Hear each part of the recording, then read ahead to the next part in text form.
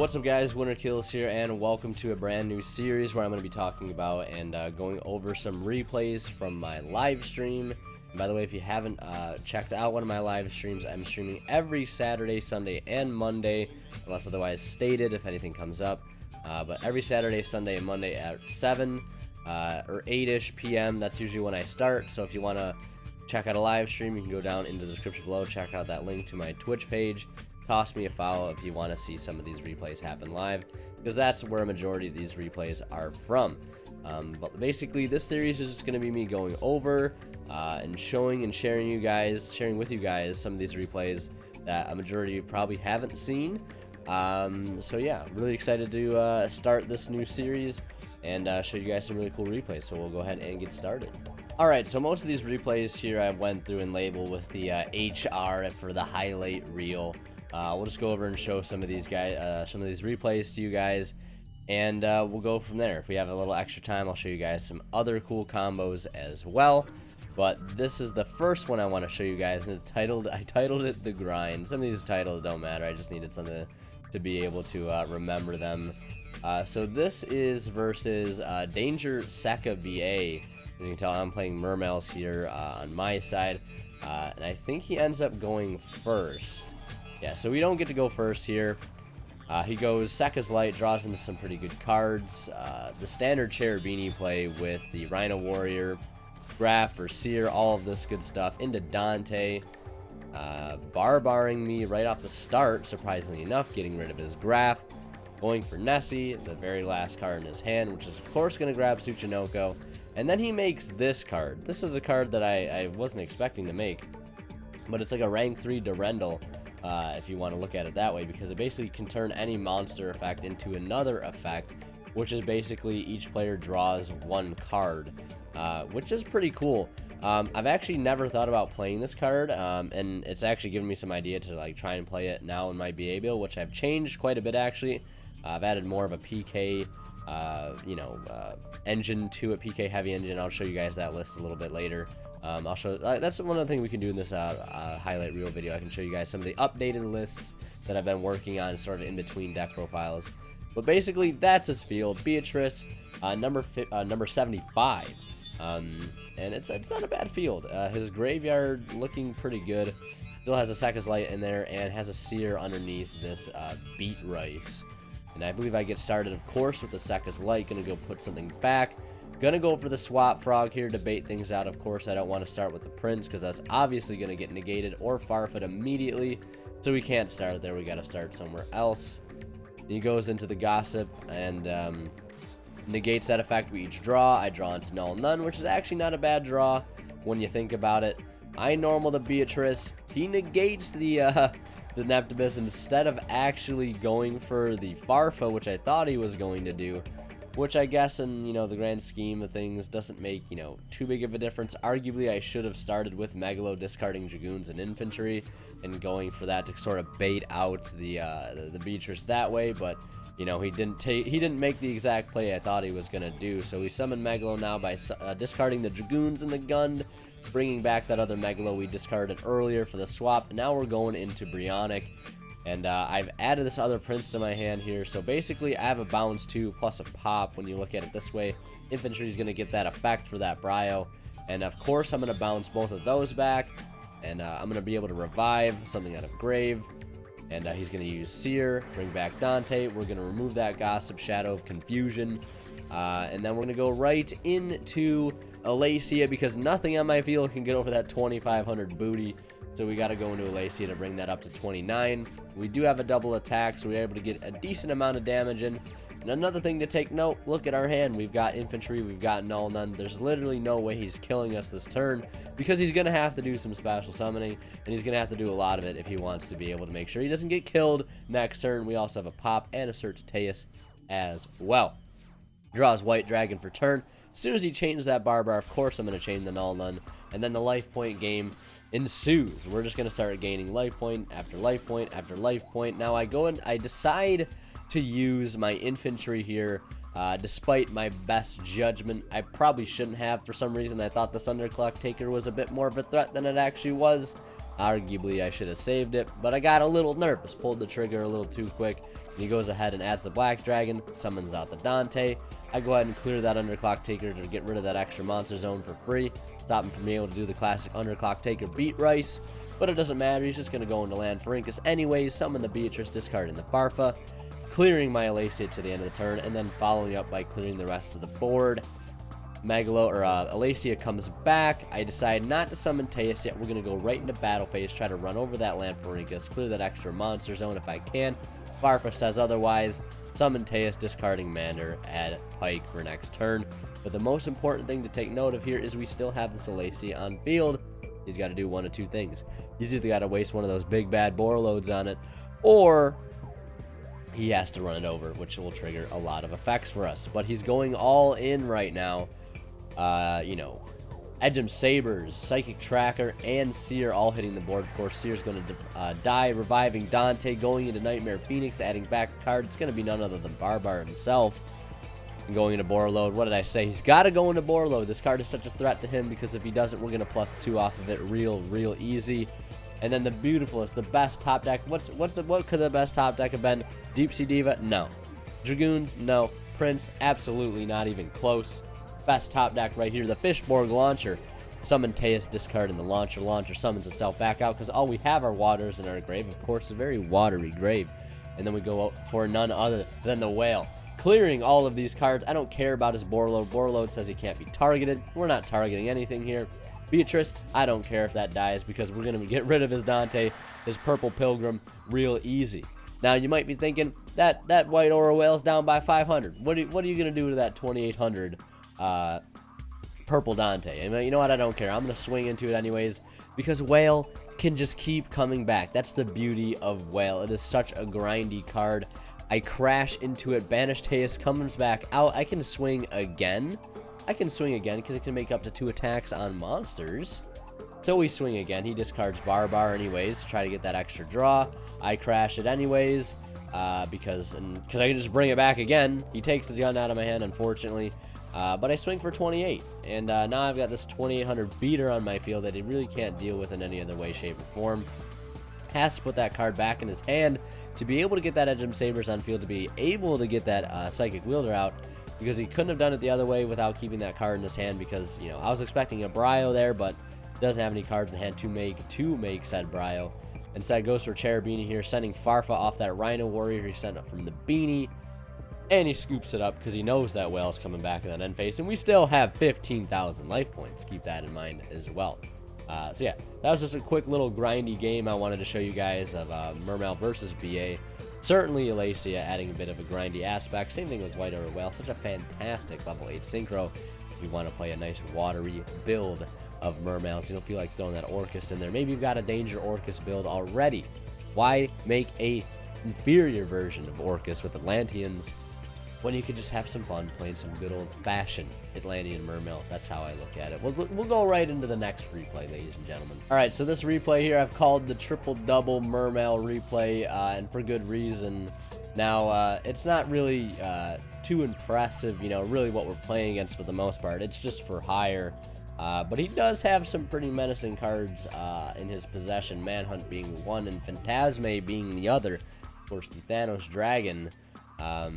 That's actually crazy how much he does kind of look like Thanos. That's actually kind of crazy. But anyways, we open up Teus Goons and Sekka's Light. We also have Hookshine and Cincher and Aqua Spirit. Now, I called it the triple-double for a reason. Wonder if you guys... Can anybody guess why it's called the triple-double without looking ahead? But let's see. Let's see. We draw into another Aqua Spirit for turn. That's no big deal. We can go ahead and put it back anyways. We do have the Sekka's Light put back effect that we do use on the Lapis Dragon, so we can add it back later. Of course, gaining some more advantage here. The Prince comes down, send Dragoons, add Marksman and Dragoons, I believe. So we can hit that set back row, and the Manhunt, of course, gets chained here, taking our Megalo. But I really don't want him to have our Megalo. So we put it back. We put back the Prince, I should say, with the Birdman. And this is one of the reasons I really like Prince, after we, of course, go into Abyss Alacia here. or the one reason I like Birdman, because it can put water cards back in your hand to use again for Megalo. Like, that's why you know, I really like this card. I'm not playing it currently. I've cut this card for a second launcher because I think in most cases it is just a little bit better than, you know, trying to go for this card, since it's not a water at the end of the day. And having a water tuner versus a non-water tuner, I think it's just always a little bit better in this type of build. So he summons Phantasme here, of course. Gonna draw 2, put back 1. Megalo coming down here, discarding the Gund and the Prince. So we get a double monster reborn here. And of course, I've got 5 waters in grave as well, discarding those 2. Going for the double attack, summoning the Lapis Dragon, sinking for Boral Sword. And coming down is the Cyberse Quantum Dragon, using that Gen X Ally Birdman. Now, this is what I mean by the triple-double. We've got a double-attacking Megalo here, we've got a double-attacking Boral Sword here, and we've got a double-attacking Cyberse Quantum Dragon right about here. And, of course, we've got the Moon Glacier. Who could forget? Who could forget? We're going to attack. We're going to bounce that back to our hand. We're going to swing again. We're going to swing. We're going to cut that Thanos Dragon in half. We're going to swing again, and we're going to swing again. We could keep swinging. We could swing all day if we really wanted to, but we don't need to because his life points are already at 0. So this is an older build of Mermails, you guys. See, the last replay I showed you guys was actually the most recent build, playing the Null Nun. And the Null Nun, it's a 44 card build now, which I'm actually really enjoying playing the 44 card build. That build was the previous build that I've profiled. And this one is now playing the triple Null Nun, the double launcher, the double Aqua Spirit, the double Gund, and I think it's playing a lot better. Extra deck looking pretty similar. Side deck looking a bit different. Side to the side, the Barastos. That way I have an option to, if I need back row hate and I want to keep Sekka's Light in, I have the option for some back row hate in monster form. I could also side Zaphion. Not sure how much I'll like this card. Really haven't had time to test it too much. But let's go ahead and look at another replay. Alright guys, so this next replay is titled Control a Beat, because Controller always brings the savage beat down. And here we are playing against another Danger BA deck. And I think this might be with the old, no, this is with the newer build, with the Null Nun, the Double Fishborg, and I believe the 44 card build as well. We go into Dweller turn 1 in Alacia, because I think this might have been game 2. I'm not entirely sure. I'm really bad at remembering to save my replays. But what does this guy do? He savagely goes into a Borload, the first thing that he does, and he takes the Dweller instead of the Alacia. And that is a mistake, my friend, because you let me net a really good card to my hand. But he Dwellers me, it's no big deal. I just decided to send infantry to add Dragoons so I can use it during his next turn anyways, so I can get that add 2 of Teus and Prince. I chain it immediately to be able to get this effect hopefully off uninterrupted, and waiting for the snake to resolve so I can get my Prince. Now we have Teus and Prince in our hand all ready to go. And even if he decides to, per se, run over the Alacia, we would have gotten the effect to send infantry to blow up the Dante and take less damage. But he has my Alacia anyways. It's not too big of a deal. So we're going to send Dragoons, add infantry, and Megalo. Now we're going to summon the Teus, discarding the infantry. And I believe I end up clearing my own Alacia here, summoning Megalo. I have to sacrifice the Null Nun here to be able to go into Link Karibo and VFD. Very fucking destructive. Now we detach. We basically buy ourselves 2 turns. This guy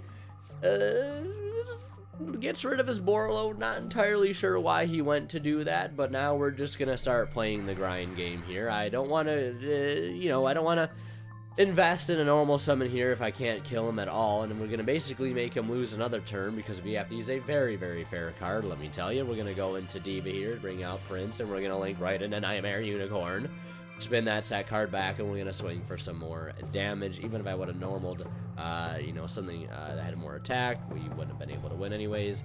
So I just saved this controller in hand. He drew into a Droll and Lockbird, which probably wasn't the best thing. Just trying to get that end-phase Scarm for Tour Guide. And we just draw 2 for the insult to injury, and the controller beat would have sealed the game. That was a bit of a grind game there as well against the Danger BA. And it's funny how we made that VFD really late game. You can see Alacia buying us a few turns that would not otherwise have happened with any other Link 2. So yeah, there's that replay. Now we'll go ahead and show you guys another one here. Alright, so you can read the title of this one. Barbar is Bay. Barbar is the best card. Barbar steals games that we shouldn't have win. Anyways, but this guy looks like he's got Orcus, Danger, Guard Dragon, something along the lines of that. But of course, we're playing our blocky BA. We opened the Sea Archiver and the Gallus. We have plenty of extenders in our hand here. And I think this is also an older build of BA. We're still playing Fire Lake in here and some other cards that I'm not currently playing at this point. But going into the double Dante here with, you know, plenty of cards to be able to make some nice plays. We get Beatrice as well with Fogblade and resolving the Barbar to burn for a couple of 100 points of damage. We go into Beatrice. I've got to clear this Break Sword, because if I don't, he's going to try and pop something, which I really don't want him to do. Goes into Destrudo now. Setting one, going for Snack, going for Nightmare Phoenix. I have to chain, unfortunately, because I believe now at this point is where he would link it to Mermaid, discarding that Tsuchinoko, going for Orcus Nightmare. Unfortunately, not much you can do against this very, very slippery combo. It is so slippery. They have so many ways to get two monsters on board. They have the Cyberse, they have the Phoenix. If you stop one, they can usually just link into the other one with an additional monster. And Bardeech now for Galatea, into Dingirsu, opting to attach and then pop a card following suit. There goes my Dante. Of course, I do get to add back, but it's not the greatest here for me.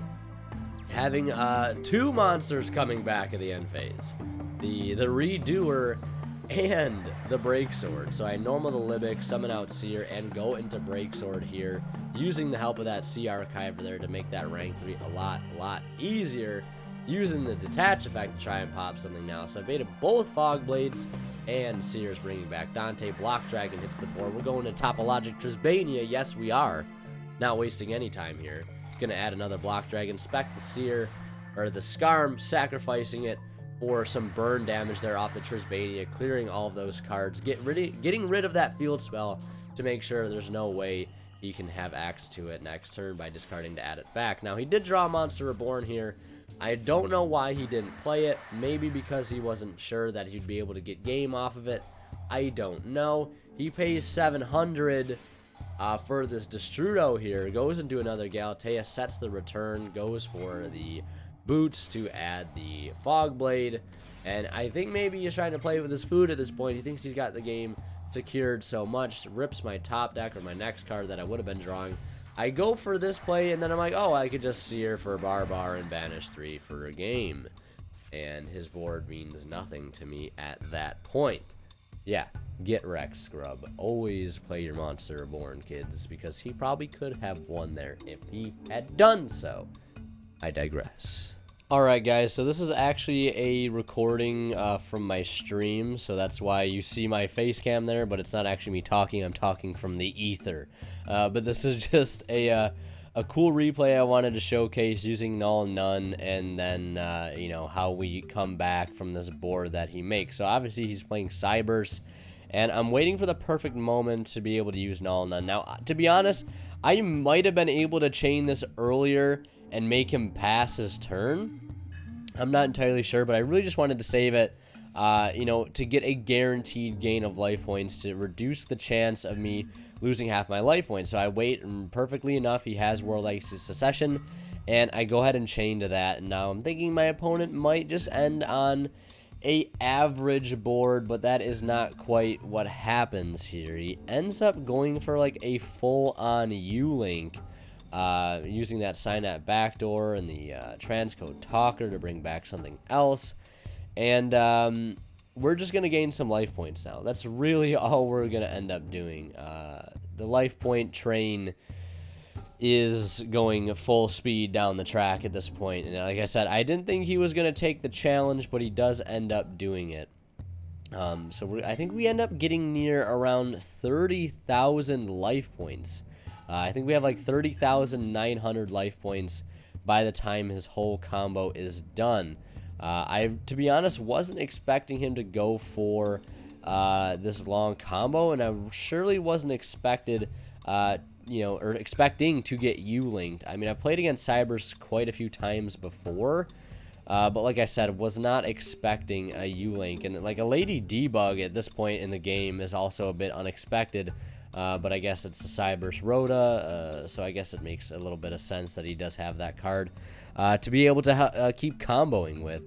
And luckily, no, for the biggest threat I believe that he ends up having with this field is the fact that his middle link monster in the bottom in between the two extra monster zone is an Avermax, which proves to be the biggest issue for me, because that card, the way we out this board, Avermax does get a little bit of say in at the end of it into what we're able to do. So there's the full U-Link, the double link Disciple, I believe, there, and then into the Code Talker, the double link down, or the double arrow, one top, one bottom. But I believe I cannot use that zone. I think it might only have one down arrow. No, I believe he's getting rid of this card anyways. Yeah, he's gonna just make a monster that doesn't give an up arrow. And I draw Gamma Seal as well. Now, this was, I guess, not really a mistake because I really had no other option. To be honest, I should have Gamma Sealed the Avermax had I had the opportunity to remove another card on his field anyways. Now, I'm not exactly sure what I remember drawing off the Seconds Light here, but I'm just reading over the effects here to see what, he has on his side of the field. What can I do? What can't I do? So I do draw infantry here good enough. And I also draw Undyne too, which is really, really nice because I can make White Aura Whale with that level 5 that I got so lucky by drawing. Now, this is this is what I should have done.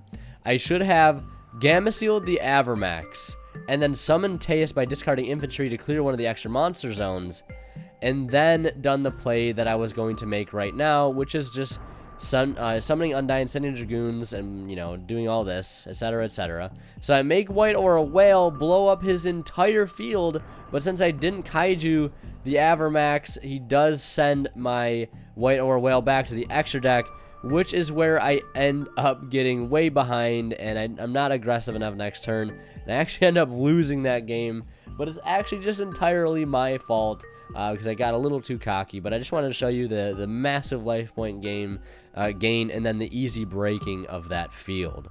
Alright, so this next replay I want to show you guys is actually from the stream that I had last night. This is a cool little match that I had against a Pendulum player. He was playing Endymion Pendulums, and it was actually a pretty interesting game, as you can see. There's his opening hand. It looks pretty good. He's got Spell Power Control and Dragon Shrine, but of course we start with our normal rank 3 spam shenanigans, using that Power Giant there to our advantage to be able to get into a Dante a little easier, and we use Cherubim to send Sea Archiver, because with this current setup, we have access to the double Dante and double Fogblade. Sea Archiver being a huge, huge extender in this deck. I absolutely love this card. It just helps you make free rank 3s turn after turn. So we end on the double Dante with a double Fog, 2 cards in hand, and he sort of resolves the Dark Worm, goes into Spell Power Control. We have the Fogblade for the all-important Electromite, which is a huge thorn in the side to any Pendulum deck. If you can stop that Electromite, you definitely should try and do so. I started the turn by going into Beatrice, discarding the Farfa, and he has Call by the Grave. That's really unfortunate, but not much you can do there. Use that Mathman to get that Edgem Sabers engraved, go into the Nightmare Phoenix to clear some more cards, and he's got another Call by the Grave. This guy is really, really good. He's got 2 Call by the Grave. Not just 1, but 2. But we still have 2 more Fogblades set, so keep that in mind, because that is going to be a problem for him to deal with. Pendulums, all of the Dark Worms in existence, goes into Borolo, but we have the Fogblade. We don't care. We don't care about the Borolo. We got the Fogblade. He links it away anyways into a Heretic Sphere, and we detach here in the end phase to get that Scarm, to get that end phase Search, so we get an extra card to our hand at the start of next turn. Normal Alec, of course, Alec will die. We'll activate the fact to negate the Heretic Spheres, forcing it out. And Edgem Sabers coming in clutch. Not only that, but the returning Sea Archiver, because we did summon something into his own Link Monster points to. And we get to pop 2 here with the help of Rusty Bardiche and Breaksword. He top stacks Duelist Alliance, and we lock him out, still having that Fogblade set for anything that he would draw for turn. and it does not matter. Alright, so this last replay was me playing Shaddoll Mekk Knight Invoked against a Trap Trick player with the new Trap Trick link. And I did not think I was going to win this game whatsoever. It was looking very, very, very grim. But the comeback was just so insane. I had to highlight it for you guys. So just go ahead and take note here of what he opened. He opened the basically pass your turn card. He's going to summon Artifact Scythe with this. And guess what I have to do? Pass my turn. Now, I know what you guys are thinking. Did I update Invoked Mekk Knight? I have. Did I decide to keep the Shaddoll engine? No. I found the Shaddoll engine was just absolutely garbage if you had to go first. And it was just really, really bad going first. And makes this deck going first even worse than it already is. Does it add to the going second Pack a Punch? Yes, it does. Opening Alistair and Shaddoll Fusion, I believe, is double Mechaba and Boral Sword through some long drawn-out combo. But I just don't think it's worth it because the deck can go second normally with the same added cards anyways without the bricky Shaddoll engine. I don't know. It's a really cool way to play Shaddoll, cool way to play Invoked, rather, but I just don't think it's worth it for me personally. So let's go ahead and get into this replay here. Mermell grabs Time Space. He links right into this new link, and then he plays Sanctum immediately for Scythe. But if you guys don't know what this Trap Trick Sarah card does, basically it says it's unaffected by trap effects, and you can only use each of the following effects of Trap Trick Sarah once per turn. It says if a normal trap card is activated except during the damage step, you can special summon a Trap Trick monster from your deck with a different name from the cards you control. And then if your other Trap Trick monster effect is activated except during the damage step, you can set one whole normal trap directly from your deck. So it just allows you to not play Yugioh when you try and play Yugioh. So it goes Chainlink 2, Chainlink 1, special summons the Mermell, which would activate to pop a card. And then he gets to set a normal trap hole off that anyways, brings back Mermell, and he gets to set another trap card during my turn anyways, because I literally had to pass. There's literally nothing I could do. I've sort of given up hope at this point. I'm down to 1,700 life points, and he makes plan B, having a bottomless, a floodgate, and a time space trap hole. I mean, what am I supposed to do here? I just summon Alistair, summon Blue Sky to try to get Link Fodder on board, and he's just continuing to play on my turn, playing more Yu-Gi-Oh on his turn than I am on my own. Shaddoll Fusion here for Construct, sending Trick Clown, sending Beast, and taking 1,000, down to 700 now, getting the extra draw. Mind Control, linking into Nightmare Phoenix, which ends up actually being my saving grace. He uses the time space trap hole on it. And then I actually have to make it again to go for Purgatrio, and his bottomless isn't going to do too much here because I swing in with tons and tons of piercing damage at 5,100. I think it was at 5,300 to start. And yeah, just a really, really unexpected comeback there at the very end. Now I want to show you guys just some of the updated lists. We have Mermails here. This is what the current list is looking like. Feast your eyes upon it. A 44 card list, double launcher, triple null none. I know null none's not the best hand trap, but it's a hand trap that fits so perfectly well in here simply because it is a water and it can deter your opponent from comboing, because if they don't stop comboing, you just gain the ability to stall for a few turns, which essentially is enough to put you over the edge. Now, speaking of this, actually, I do have a replay that I forgot to put in, but I probably put in the middle of the video somewhere that I commentated over, so you guys probably already saw this at this point, because I just forgot to put it in. But yeah, that replay, this card came in so clutch. The only issue was that I should have been more aggressive at the end of that game. That was an easily won game had I kept playing that turn out. I just got too cocky, and I underestimated the situation because I allowed him to come back next turn when I could have potentially had a stop for him during that next turn, which I could have just whittled him down further, etc., etc. But this is the current list. Burning Abyss actually looking like this at the moment. As you can see, a much bigger Phantom Knight engine, triple Ash. Still playing some of these Earth monsters, but I decided to cut the Power Giant and the Block Dragon for now because I wanted to have a bit more of a defensive build. And the Block Dragon, it it was nice. I really did like Block Dragon because it helps you OTK like crazy. But if I'm gonna stick to this as a going first build, I think this is the way to go. Invoked Mekk Knight, I'll show you guys as well. This is what it's currently looking like. 44 card build. Also, as you can see, we have plenty of super poly targets in the extra deck by way of Starving Venom and World Chalice Guard Dragon Almarduke. And yeah, I think that's all I really want to show you guys at this point as far as decks that I've changed, not chained. I will be getting some updated profiles out to you guys. Here's this build. It's slightly different. I think it's a 42 card build at this point. I've decided to add Triple Ash because I want hand traps. I'm sick of not having a response to my opponent's long combos. While they're playing solitaire, I at least want to have some sort of say in it. I guess is my philosophy behind that. But hope you guys enjoyed. Did be sure to leave a like. Let me know if you guys want to see more of these in the future, because I like going over these sort of replays as a recap. If you guys want to see these happen live, like I said, follow me on Twitch down in the description below. Join Discord as well to be notified when I go live, when I upload, any other things you know I want to post in Discord, chat with others in Discord. We have an off-topic section, deck ideas channel, which is frequently used. People are always looking for advice and help and posting their deck ideas. Very, very awesome community in there. So if you want to join, feel free to. The link is down in the description below. Check out Imperium Duelists as well. They're still having a sale, buy 2 get 1 free on those tournament effect sleeves. I believe they restocked on the white sleeves, although they might be gone at this point. I'm not too sure. They do sell like hot cakes. But yeah, thank you guys so much for watching. It's always Winter Kill Senate. We'll see you guys in the next one.